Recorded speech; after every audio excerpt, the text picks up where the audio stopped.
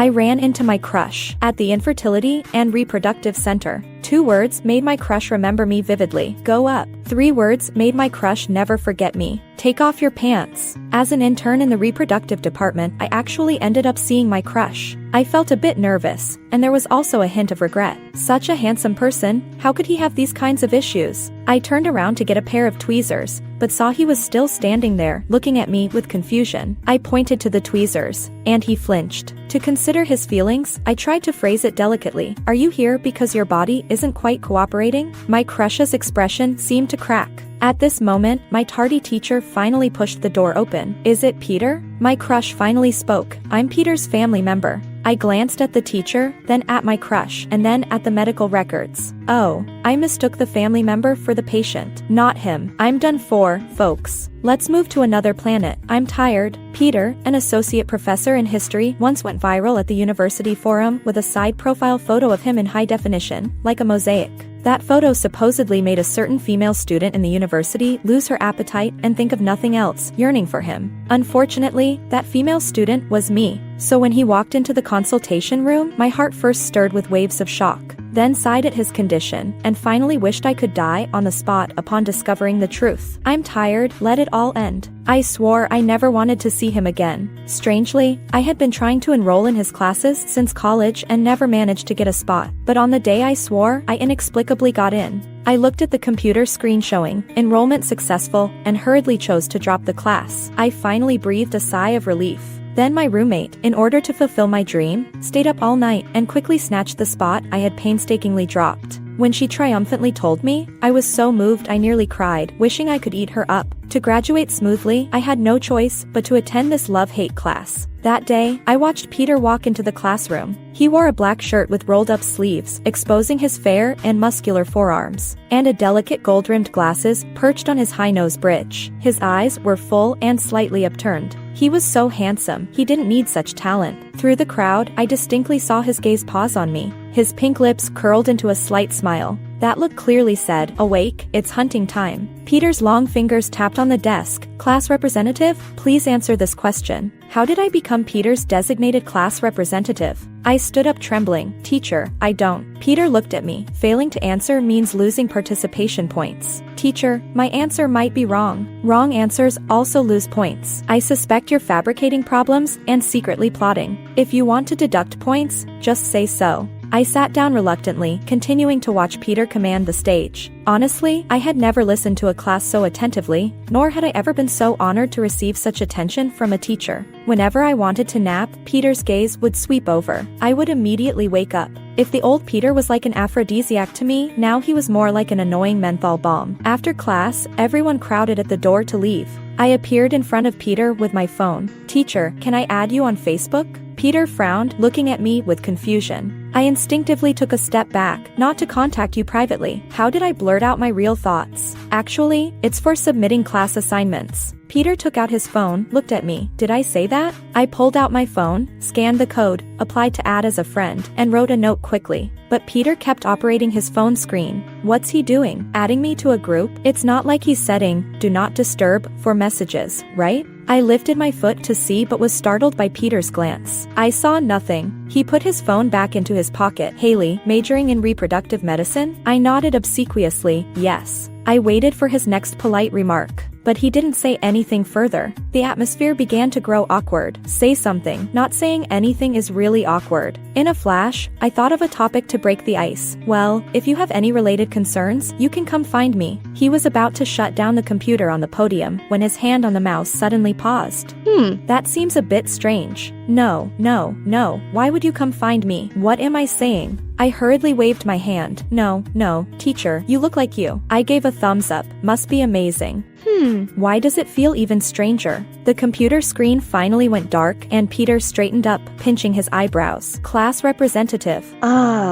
From now on, besides answering questions, try to talk less. Okay. On the weekend, I sent Peter the group assignment for this week. I attached a carefully chosen emoji at the bottom of the zip file. A polite and restrained smile. But Peter doesn't seem to like instant replies, so I waited a long time without hearing back from him. After thinking it over, I figured it might have been too awkward when we first met. As a student, I should politely and modestly apologize to him. So I typed, "Teacher, I'm really sorry for mistaking you in the department last time."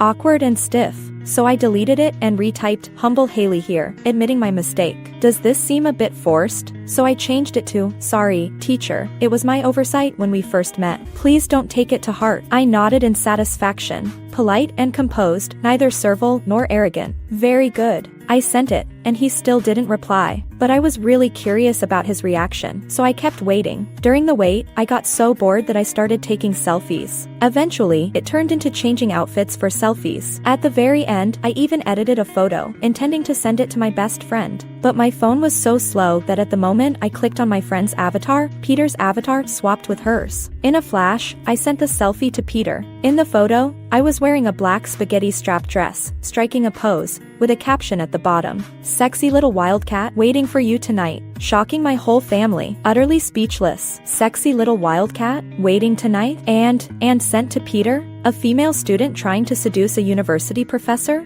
I'm probably getting expelled or failing the course tomorrow. In a panic, I quickly clicked retract. Fortunately, the phone was quite fast this time. The image finally disappeared, and I saw a clean screen. Phew, very good. Just as I was about to go back and resend to my friend, a line of text suddenly appeared at the top of the screen. "The other party is typing." My heart jumped to my throat. I finally got Peter's reply. I saw it. Let's just say, forget it. It's better not to say anything. What can I say now? Looking at Peter's chat box, I clung to a tiny glimmer of hope, trying to salvage a bit of face. I typed, "Teacher, did you see my apology?" The screen showed, "The other party is typing." During those few seconds of typing, my emotions were like a roller coaster. I silently wished, "Please don't let him see. Please don't let him see." Until I saw his message, my mood plummeted. He replied, "No." Why did he reply with a no? Can't he see I retracted it? Is it so hard for him to pretend he didn't see it? Does he need me to go up to the rooftop and apologize with my life to make him happy? You. Peter replied, "The picture. Okay, thank you." I felt a mix of indignation, regret, and shame, all flooding to my fingertips. "Thank you for the reminder." At this point, all I could reply was, "I'm sorry, teacher. It was a mistake." I held my phone and began the long wait. The response from the other end was brief but powerful. He replied, "Nice job, Peter. Really something." That question mark ended our conversation and also ruined my entire weekend. Until the next week, when I saw Peter in class again. He wore a simple black t-shirt without glasses. His profile showed a high, straight nose, giving a sharp curve, and his lean, muscular build looked refined and powerful. With someone like him standing at the podium, does anyone really care what he's talking about? His gaze slowly swept over the classroom, then paused on me. Why? Why does he always pause on me? Do I look like a comma? I hurriedly looked down, avoiding his gaze. Out of the corner of my eye, I thought he might have smirked slightly, looking somewhat pleased. I quickly looked up again, only to see him getting into the subject with enthusiasm. In ancient times, cats had many alternative names, such as 4 Seasons Good, Cloud Covering Snow, Golden Hairpin in Silver Vase, General Seal. Then he seemed to notice my gaze and smiled at me, nodding. Of course, it can also be called Little Wild Cat. I shivered. What does this mean? Trying to embarrass me? Fine, you succeeded. Our gazes met, and I panicked, not sitting steadily, causing the chair to creak loudly. Peter chuckled, "Class representative, is your body not cooperating?" I suddenly remembered the question I had asked him when he first came to the reproductive department. Sometimes, does your body not quite support you? Again, well done. Never provoke a man. I gave him an awkward smile, and Peter lowered his head. As he did, I clearly saw him raise an eyebrow. Oh no. He raised an eyebrow. Does he not know how alluring that raised eyebrow is? But that's not important. What's important is, what's going on? Is he happy seeing me embarrassed? I don't know if he's happy, but I'm not. Very unhappy. Because of my low-level mistake at work, such an incident happened, and it just so happens that the other party is my crush. And after it happened, I still see him every day, and it feels like he's not planning to let it go, always finding a way to remind me of it. Isn't the price for this mistake a bit too high? So I turned my frustration into appetite, drinking a few more glasses at dinner. Oh no. I mean, a few bottles. Or should I say, I lost count, until I got drunk, and when I woke up, I found myself lying across a bed. My first reaction upon waking was, no way. My dorm bed is so small that even a slight turn would drop me to the floor. Where is there so much space to lie down horizontally? Not my bed. I immediately woke up and sat up. No way, no way. Could it be such a coincidence that a handsome guy is lying next to me saying good morning? Is this the charm of a hangover? Is television not lying to me? I swallowed nervously and looked toward the edge of the bed. My side was empty, and I sighed with relief. But before I could even catch my breath, I was startled again. I saw abs walking toward me from the corner. 1, 2, 3, 4, 5. If I'm not mistaken, it should be a full 6-pack. Oh no. Not just abs, but a man with abs. No, no way. Is television lying to me? I looked up and saw the owner of the abs, bare-chested, with wet, tousled hair, looking at me with damp eyes. Peter, what's going on? My body stiffened immediately. You. Peter brushed the damp hair from his forehead, frowning slightly. You don't remember? Actually, looking at his outfit and my own state, I looked at him in confusion. His eyebrows furrowed even more. Irresponsible? What? Hey, what you're saying is so strange. Right now, I don't even know what happened. I looked at Peter, inquiring. Last night, maybe noticing my intense gaze on his abs, he pursed his lips and finally put on a t-shirt. He casually sat on the sofa, crossing his legs. I took a deep breath. He glanced at me, very interested, very lively. My hands trembled. So, what about us? Peter pinched his eyebrows. Partied very late. Nice. Sunlight spilled over the fluffy carpet, and the room was neat and tidy. Because Peter had just showered, the air was slightly humid. I had a splitting headache, looking at Peter, tugging at the hem of my clothes. The clothes were intact. Everything shouldn't be as dreadful as I imagined. Peter said I had drunk too much last night, and my friend had him come pick me up and take care of me. I had been vomiting violently, enthusiastically dragging him to sing and dance, and only fell asleep very late. Typical of me. Absurd. But, wait, why should I believe his words? Why would a friend call him to pick me up? This doesn't make sense. I voiced my doubts, and Peter shrugged helplessly, showing me his phone. Don't you remember the contact note you gave me? I opened Facebook, and the note for Peter read clearly. Husband. I shivered all over and met Peter's scrutinizing gaze. He pointed at the phone and looked at me with a playful expression. Ladies and gentlemen, welcome to the grand public embarrassment scene. He might not understand that husband only meant I found him somewhat attractive. I've called many people a husband. I can't even remember how many. There's really no need to overreact. Peter spoke again. Do you really not remember anything from last night? I was again surprised. Didn't he just explain everything clearly? It sounded like he meant something else. I dared not look up, only sneaking glances at him. He calmly instructed me to open the photo gallery on my phone. The last photo was a video from last night. The camera was shaky. The scene showed a table full of leftover food, bottles of alcohol scattered everywhere, and people swaying around, half muddled and half clear-headed. My best friend was holding my hand, and I was holding hers. It had a feeling of victorious comrades reuniting. She was flushed with excitement. Peter, did you win? In the video, I was drunkenly flailing, almost falling off my chair. Is there a man I can't conquer? My best friend, in her excitement, pounded my back. Where did your pants go? My expression was obscured by my best friend, and all you could see were the two of us hugging and swaying. Did we really take them off? Really? The camera angle shifted, and Peter was standing at the table, his hair disheveled, staring intently at my best friend and me. His face was as dark as a pot bottom, looking travel-worn, as if he had just rushed over. He waved to me in the video, seemingly trying to hold back his emotions. Haley, come here. So I stumbled over to him and smiled sweetly at the camera. See? This is my husband. No one's allowed to steal him from me. Peter's face turned from black to white, then green, and finally purple, like an LED light at night. The camera zoomed in closer, and Peter's long fingers reached out to cover the lens. The screen went black, and the video ended. The phone fell to the ground with a crash, and Peter sat on the nearby sofa, watching me. My mind was replaying my best friend's excited shout. Where did your pants go? Where did your pants go? Taken off. Where? What kind of public execution is this? Oh, God, are you trying to kill me? Teacher Peter, I'm sorry. I rolled off Peter's bed and stood next to him, head bowed, like a student waiting for a scolding. Peter's gaze was like a ruler, having thoroughly smacked me all over.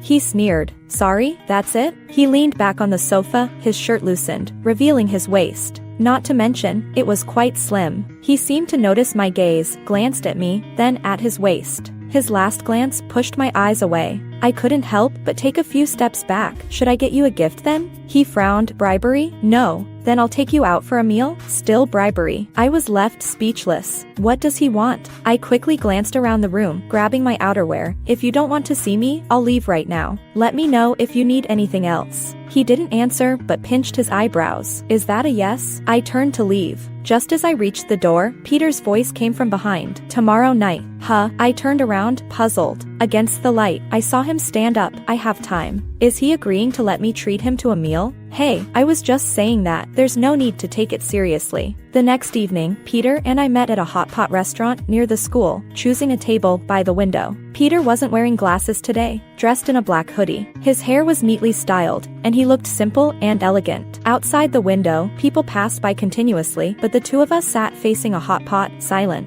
Have you ever had a meal with someone but didn't say a word? To break the awkwardness, I suggested going to the milk tea shop across the street to buy 2 cups. At the milk tea shop, a sign on the counter announced in big letters, "Couples get the second cup at half price." A perfect opportunity to save money. For these few bucks, I'd even make up a couple if necessary. I'll take 2 cups, I explained to the shop owner. You see, my boyfriend is sitting over there in the hot pot restaurant. I was pointing to where Peter had been sitting, but there were only empty benches. Where did he go? I turned around and saw Peter had already arrived at the entrance of the milk tea shop. His expression froze upon hearing me forcefully assign him the boyfriend role. I froze too. What to do? Should I explain? Might as well not bother with the discount. But Peter composed himself and walked toward me step by step.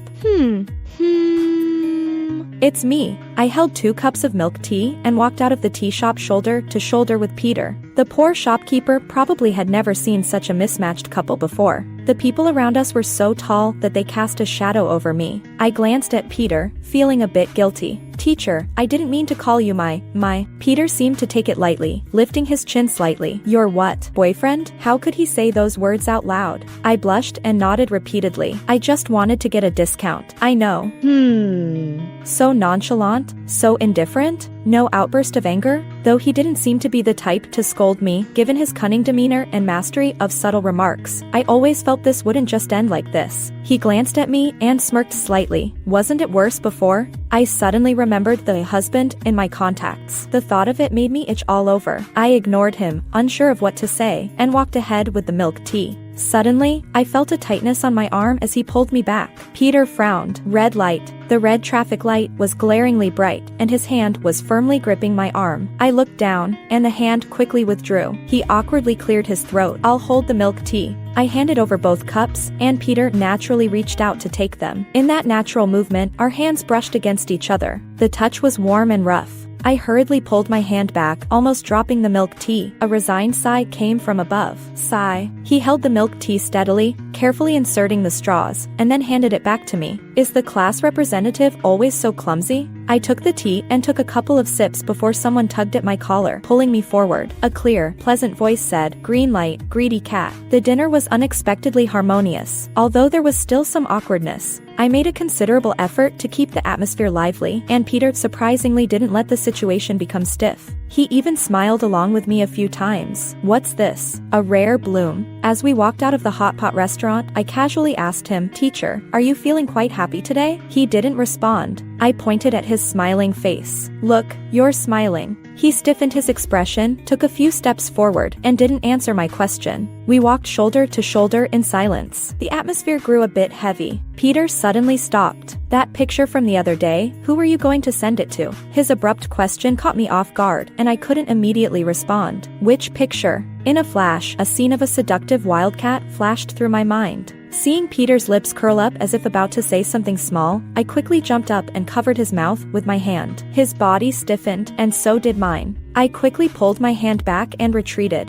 In my peripheral vision, it seemed Peter raised an eyebrow, and he even looked a bit pleased. What is he happy about? Why does his expression make me uncomfortable? I shot him a glance, pulled out my phone, and checked the time. My finger swiped the screen, revealing the Facebook chat interface. As I was about to press the lock button, I felt the air around me grow heavy again. Why? Why do I feel this way? It felt like a cold draft was seeping in from my right. If my eyes weren't mistaken, Peter should be on my right. His gaze was fixed on my screen, then it froze. Am I just a pause? I glanced at the screen and also froze. In the Facebook chat list, Peter's second contact note was now glaringly displayed in black letters: Bad Peter. The calm before the storm. I clearly saw Peter clench his jaw. I stayed calm, assessed the surroundings. The subway station was a few hundred meters away, the bus stop was across the street, and taxis were few and far between. This was the only option. I gritted my teeth and mentally counted down. 3, 2, 1. Run. I shouted, "Teacher, you don't need to see me off. I'm heading back now. See you in class." Just as I finished saying this, Peter grabbed my collar. Running? Feeling guilty? I gave a flattering smile. A little. Peter held my collar, tugging it gently. "What did you note me as?" A glimmer of hope rose in my heart. I was suddenly delighted. Didn't see it clearly? Clearly saw it. Saw it clearly and still asking, "Is there a big pancake?" Peter raised an eyebrow at me. First it was husband, then a bad dog. What's next? There's no next time. I raised my hands in surrender. Teacher Peter, Professor Peter, God Peter. Hearing the term of God made Peter suddenly chuckle softly, not believing it. Dare not believe. He tilted his head, looking at me. Just the lack of a next time has been said how many times? Really, countless times. Can't count, so write a few more assignments. Professor, please don't. Look, I'm usually so diligent and always on call. Peter began to slowly pace, and I followed him step by step, the streetlights casting a dim, yellow glow that elongated our shadows. Bargain for more assignments. Teacher, deduct class points. Don't make me write. Retake, please. We bargained all the way, and Peter walked me to the dormitory door. The door was close, but we walked for a long time. After reaching the dormitory steps, I looked back, and Peter waited for me to speak. I looked at him, then down at my shoelaces. Professor Peter, do you ever think I'm quite annoying? The dormitory lights were dim, but Peter's eyes were particularly bright. He said, annoying. I deflated instantly, my shoulders drooping, and after a long pause, I felt like I could only say, goodbye. But he half-turned, hiding his gaze behind his lowered eyelashes. Annoying, yes, but also quite cute. I never would have thought that a photo of Peter and me would end up on the school forum. It was from that day when I was drinking with my friend and hugging Peter in the photo. I have no idea who took it and posted it online. I was in a drunken state, with my face flushed red. Peter looked panicked, his face as dark as a pot bottom. The photo, showing us at our worst, had set the comments section on fire. Did the idol get a girlfriend? Confirmed single. Friends, I'm heartbroken unilaterally. I even saw a comment from my roommate. Wow, this girl looks like the idiot in my dorm. I felt a lump in my throat and nearly choked with anger. It wasn't just about me. I felt really sorry for Peter. Since meeting him, I've always been causing him trouble. With so many people seeing this post, it would definitely impact him significantly. What should I do? This can't be solved with just a hot pot or a cup of milk tea. I felt very ashamed and regretful. I was so embarrassed that I couldn't even face Peter, and I would quickly look away whenever our eyes met in class. I wasn't proactive with my assignments, and I would even leave as soon as Peter started wrapping up the class. Just as I left the classroom building, someone called out to me, Haley. I turned around to see Peter standing not far off, his hair a bit disheveled as if he had been in a hurry. He quickly walked up and stood beside me.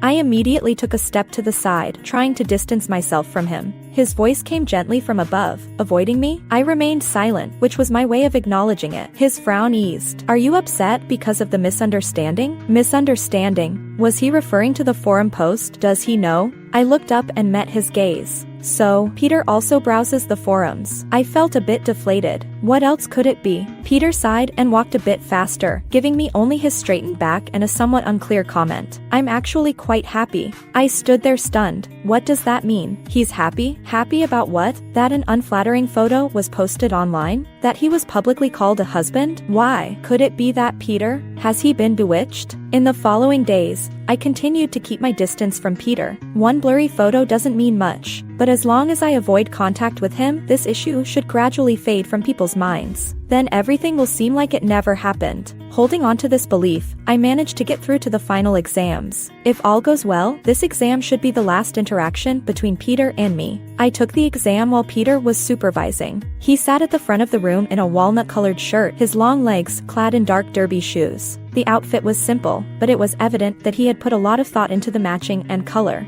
I wondered, is it really necessary to be so meticulous just for proctoring? I sneaked a glance at him, but he caught my eye instantly. me. He raised an eyebrow at me, looking quite pleased. Is Professor Peter showing off his plumage now? I didn't know he had this side to him. I quickly looked back at my paper and tried to focus. However, the questions were rather challenging. Just because I took this course doesn't mean I like it. I'm here to look at the man, so why give me such tricky questions? I groaned inwardly and glanced up to see that Peter had left the podium and was now pacing between desks. I pointed at a question and looked at him for help. He gave me a radiant smile. Hey, I wasn't greeting you. I'm asking for help. Help. I frantically tapped the question number with my pen. Peter's expression fell, and he put a finger to his lips, signaling me to be quiet. All right. I knew he couldn't be relied upon. Everything depended on my hard-working hands and clever brain. I turned my attention back to the paper and noticed 2 long legs stopping beside me. 3 pale fingers tapped on my desk. I looked up and saw Peter's eyes looking down at me. Answer the questions properly.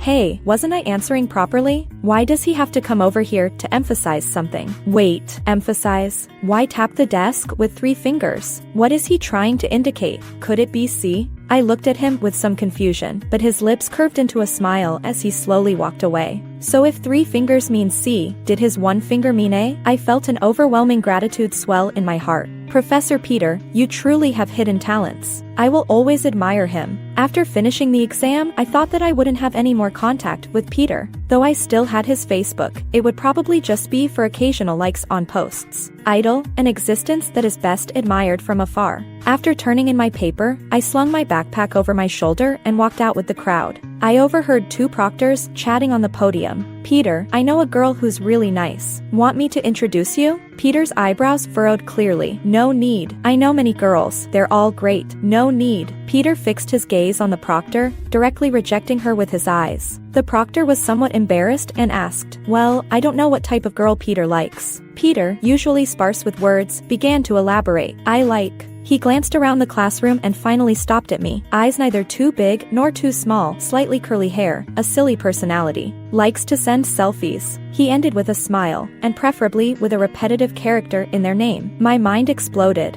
I hurriedly walked out of the classroom, blending into the crowd. What did Peter mean by that? Has he really not been bewitched? What is this? A public confession? As I was thinking, someone pulled the hood of my sweatshirt over my head. The hood was a bit big and blocked my view, so I stopped. Peter's voice came from behind, running again? What are you feeling guilty about this time? I pushed the hood back and looked steadily at Peter. Teacher, what did those comments mean? He smiled. It means exactly what you think it means. Exactly what I think it means. I stood there stunned, feeling a mix of joy, disbelief, confusion, and nervousness. I stammered, Teacher, actually, I've always been quite scared of you. Peter's tone suddenly became serious. Scared of me? What about? You can tell me. Teacher, you're an idol. You're someone who's best admired from a distance, not. Oh no. That sounded too flippant. I glanced at him, fiddling with my fingers, unsure of how to continue. Peter's smile widened again. Not what? His tone was teasing, clearly making fun of me. I scrambled to find the right words in my head. Not, wait while I come up with something. Peter's smile remained, and he leaned close to my ear, whispering, stop admiring from afar. Come and play. A month later, Peter and I were watching a movie together. He wouldn't just watch, he insisted on holding my hand. My right side went numb, and when I tried to pull my hand away, he tightened his grip even more. I gave him a gentle nudge. He winced in pain, and I quickly asked, am I squeezing you too hard? He straightened up and whispered in my ear, I'm still in good shape. He pulled me into his embrace, and as the romantic scene played, he deeply kissed my lips.